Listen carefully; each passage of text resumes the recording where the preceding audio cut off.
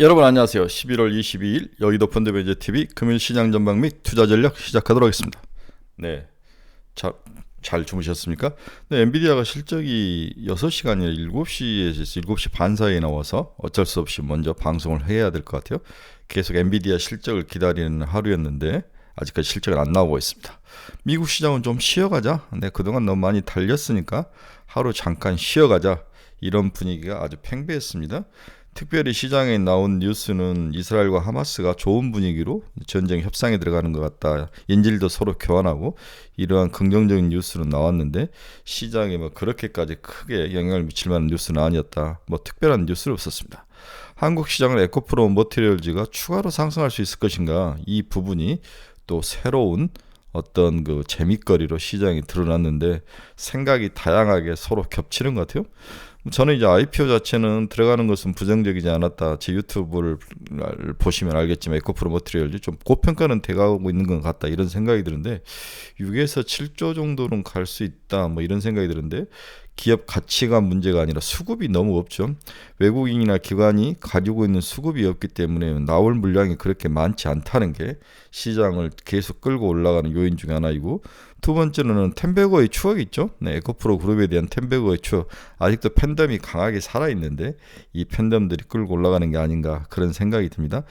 에코프로 PM에서 돈을 팔아서 에코프로 머티리얼즈로 옮겨가는 그러한 모습은 쉽게 눈에 들어오는 모습이다. 현재 여기에 이제 가격이 10조까지 올라오면 MSCI에 더 급하게 편입도 될 수 있는 상황이고, 이렇다면 안 살 수도 없고 인덱스 쪽에서 이러한 수급에서 스파이럴 서로 회오리처럼 뭐 감아서 올라가는 그러한 상황이 동사에게는 긍정적으로 작용할 가능성이 있지 않을까.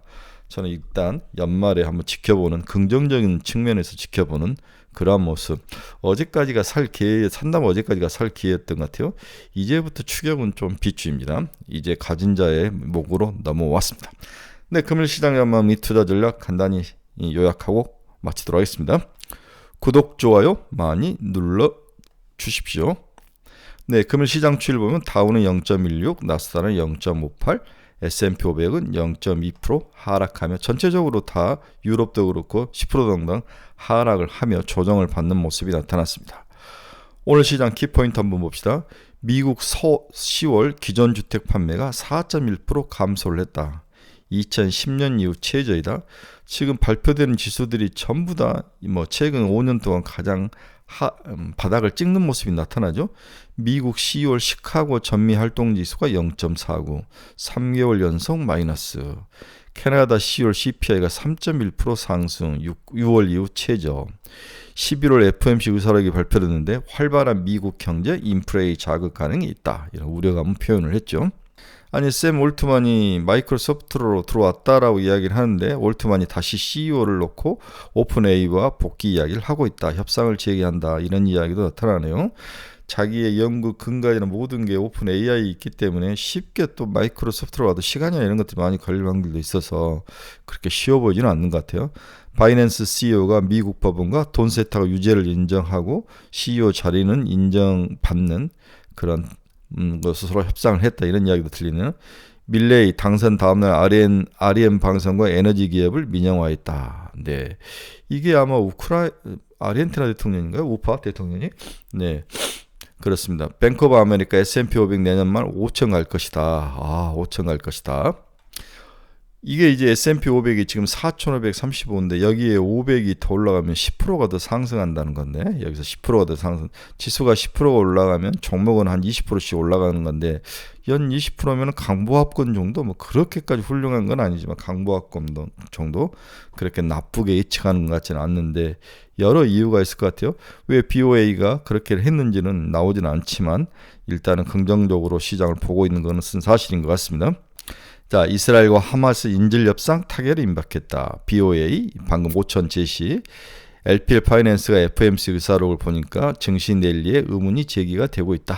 뭐 이런 이야기 부정적. 이게 나오면서 이제 오늘 하락한 이유를 굳이 쿡 찝는다면 FOMC 의사록에서에 대한 추가 금리 인상 가능성, 뭐 이 정도가 오늘 시장의 미국 시장 요약 정리를 해볼 수 있는 요인인 것 같습니다.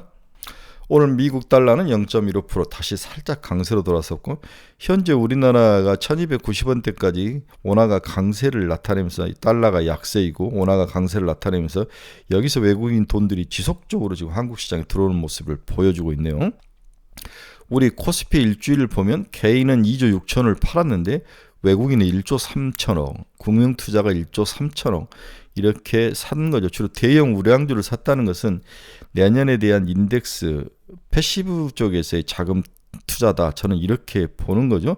그래서 인덱스 쪽으로 돈들이 많이 들어오고 있고 ETF 쪽으로 돈이 들어오고 있다. 코스닥도 개인은 826억 매수, 외국인은 1,400억 이나 매수를 하고 있고 금융투자와 투시는 돈이 빠져나오는 거죠. 계속 환매가 있기 때문에 빠져나오고 코스피와 코스닥이 다른 모습을 보이고 있는데 외국인은 원화가나 양쪽 시장에서 다 매수하는 모습을 보이고 있다. 이렇게 봐야 될 것 같아요. 그래서 미국 달러의 약세 추세 이게 반대편에서 엔화 강세, 위안화 강세, 원화 강세가 외국인들의 자금의 유입에 원인이 되고 있다. 이렇게 봐야 될 것 같아요.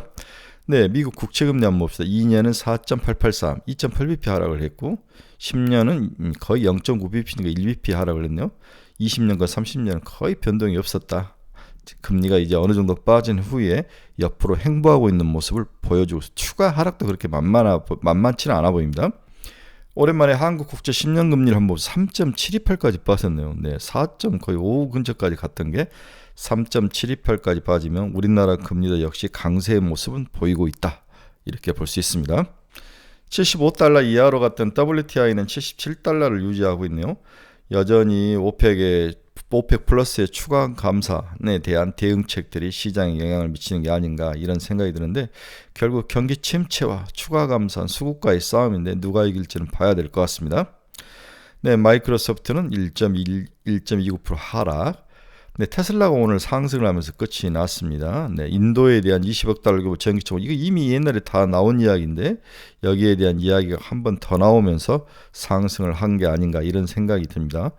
오늘 에코프로 머티리얼즈 이제 두 번 상에 들어갔는데 오늘 이제 어떤 모습이 될지 투자 유의 종목 이런 거 지정이 된 것 같은데 한번 봐야 될 것 같습니다. 네, 엔비디아는 아직 그 실적이 안 나와서 제가 장외 시간 외 가격이 아직 안 나와서 지금 보고 있는데 나중에 나오면 다시 카페를 통해서 알려드리겠습니다. 네, 애플은 마이너스 0.43% 하락, 일라인일리 0.82% 하락, TSMC 1.45% 하락, 마이크론 테크놀 2.5%. 오늘 반도체주들이 필라델피아 반도체주들이 전부 다 하락하는 그런 모습.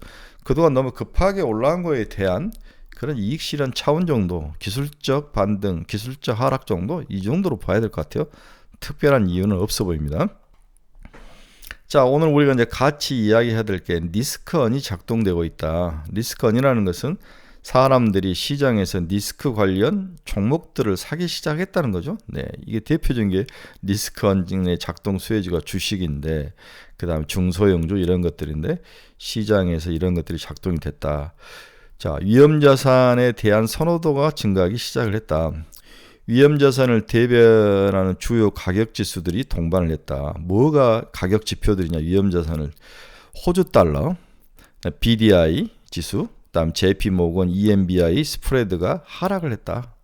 전부 다 어떻게 보면은 그 리스크에 대한 작동이 시작됐다는 거죠. 위험자산을 선호를 알려주는 주요 가격지수가 동방 상승하면서 시장이 위험자산의 대표적인 주식을 사기 시작했다고 볼 수 있는 거죠. 원자재 시장 흐름과 밀접한 상관관계를 가지고 있는 호주달러가 강세로 돌아서고 BDI 지수가 다시 올라가고 11월 초 이후에 상승세로 돌아섰다는 거죠. 또한 주요 이머징 시장의 위험을 보여주는 JP모건의 이머징 마켓의 본드 인덱스 스프레드 지수가 하락세를 보이고 있다. 국채와 그다음에 트리플 B풀 이하의 회사채 간의 스프레드가 줄었다는 것은 신용 스프레드의 안정을 나타낸다는 거, 이렇게 봐야 위험이 줄었다는 거죠. 글로벌 자금의 위험자산 현상을 보여주는 시그널로 시장은 해석을 하고 있습니다. 다시 한번 호주 달러와 BDI 지수, 그 다음에 뭐 JP모건의 EMBI 스프레드 이 세 개를 많이 보는데 이 지수들이 전부 상승을 하거나 하락을 하면서 위험자산에 대한 선호도를 높였다는 거죠. 네, 이게 호주 달러가 이제 강세로 돌아서고 BDI 지수도 올라서고 다음에 코스피는 다시 올라서고 JP모건의 스프레드 역측이니까 스프레드들은 축소를 하면서 위험자산 관련된 지표들이 전부 다 리스크온 위험을 테이킹하는 쪽으로 방향을 틀고 있다. 이 이야기를 첫 번째로 해드리고 싶네요. 네. 동시에 N과 위안화의 흐름도 변화가 나타나고 있다. 네, N 강세와 위안화 강세가 나타나고 있다. 특히 N의 강세의 흐름은 시장에서는 굉장히 중요시하게 보고 있습니다. 우선 엔화의 경우 일본은행이 초완화적 통화정책 기조를 유지를 분명히 하고 있음에도 불구하고 한때 152엔까지 올라갔는데 최근에 148원대로 하락을 했죠. 네, 엔화가 강세로 돌아섰습니다. 위안화 가치도 강세로 전환되고 있죠. 달러와 역의 위안화 환율이 7.16 위안화까지 하락하며 지난 8월 초 이후 가장 낮은 수준으로 위안화가 강세로 돌아섰습니다. 이러한 분위기의 평승에 코스피 및 원화 가치도 동반 상승을 한 거죠. 특히 달러와 오는 환율의 하락세가 가파른 추세로 외국인들의 자금을 강하게 불러 모으고 있다. 이런 원인이 되고 있는 거죠. 10월 16일 1359원까지 상승했던 원달러는 1280원대 후반까지 하락하는 초강세로 돌아서고 있는 모습이 나타납니다. 네. 원달러 환율이 1280원대를 기록하는 게 올해 8월 1일이었죠. 그 이후에 가장 강한 원화의 모습이 나타나고 있습니다.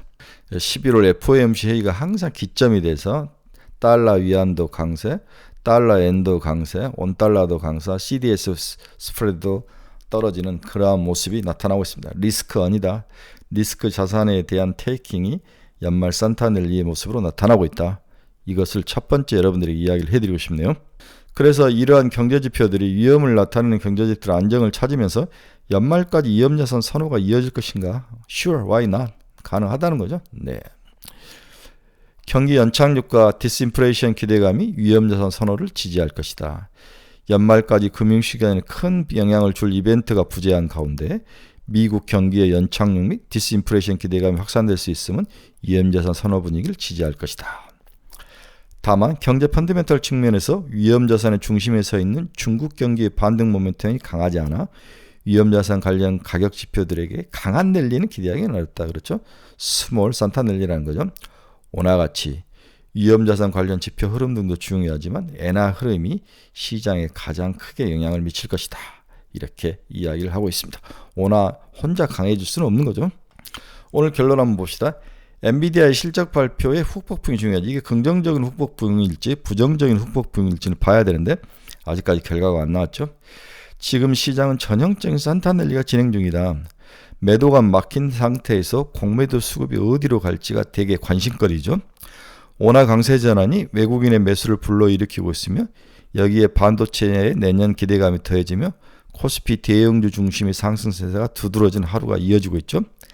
에코프로 모티의 수급 쏠림 현상이 개인들의 과거의 에코프로 템버거 추억에 의해서 비롯되고 있어서 쉽게 가라앉지는 않을 것이다.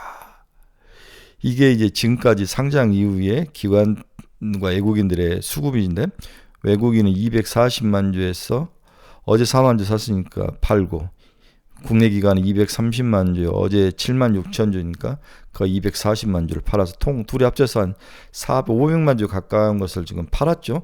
거의 받은 물량의 대부분을 팔고 이제 나올 물량도 그렇게 많지는 않은 상황이다. 이렇게 봐야 될 것 같아요. 따라서 우리 옛날에 그 추억이 있는 거죠. 에코프로 모티를 수급으로 끌어올리는 것들, 또 박셀바이오에 대한 추억, 이런 추억들이 생각나서 저는 약간 긍정적으로 보는 시각입니다. 그래서 저희 카페에서는 어제 좀 긍정적으로 봐라, 용자들은 참여를 해라, 이렇게 이야기를 했는데 오늘이 중요한 일전이 될 것 같습니다. 자, 오늘은 한국 시장도 일단 쉬어가는 모습이 나타날 것으로 전망되나 지속적으로 반도체, 자율주행, AI, 잡주순환, 에코프로 모티를 중심으로 추가 상승이 이어질 것으로 보이고 있다. 반도체주는 너무 때가 탔고 잡주는 버린다면 HBM도 좀 지쳐있고 그렇다면 자율주행과 AI에 집중적인 포커스를 맞추고 가는 게 가장 좋은 전략이지 않을까. 일단은 엔비디아가 오늘 실적 발표를 해서 좋게 나와서 주가가 뻥 HBM 관련주들이 뜨면 30%는 줄이고 가자. 30%는 줄이고 가자. 이게 제 전략입니다. 근데 오늘 뭐 내용은 별거 없습니다. 미국이 기술적으로 쉬어가는 모습을 나타내고 엔비디아 실적 발표가 좀 지체되면서 이 정도로 오늘은 종목 시장 전망을 해드려야 될 것 같습니다. 혹시 여러분 중에서 스터디 모임에 관심이 있으신 분들 댓글을 좀 달아주시고, 저희가 매달 한 달에 한 번씩 여의도에서 모여서 일타 강사를 3분을 불러서 3시간 정도 스터디 모임을 합니다. 이번 달도 25일 날, 이번 주 토요일이죠. 한 12시부터 4시까지 여의도 정경련 회관에서 방을 빌려서 우리가 스터디를 하는데, 순수하게 스터디 모임입니다. 강사님들은 전부 업계 일타 강사님 모십니다. 네. 그래서 투자의 방향성을 잃어버리거나 종목 상담이 필요하거나 관심 종목이 궁금하신 분들 일단 저희 카페에 좀 가입을 해주셔서 같이 공부를 하시고, 이 카페에 가입하신 분들에게는 한 달에 한 번씩 우리 같이 스터디 모임을 할 수 있는 기회를 두는데, 이것도 이제 유료로 할 수밖에 없는 거죠. 비용이 좀 많이 나가니까 여러분들의 많은 참여를 좀 부탁드립니다. 여러분, 오늘 엔비디아가 좀 잘 나오기를 간절히 기도해 봅니다. 여러분, 내일 뵙겠습니다. 감사합니다.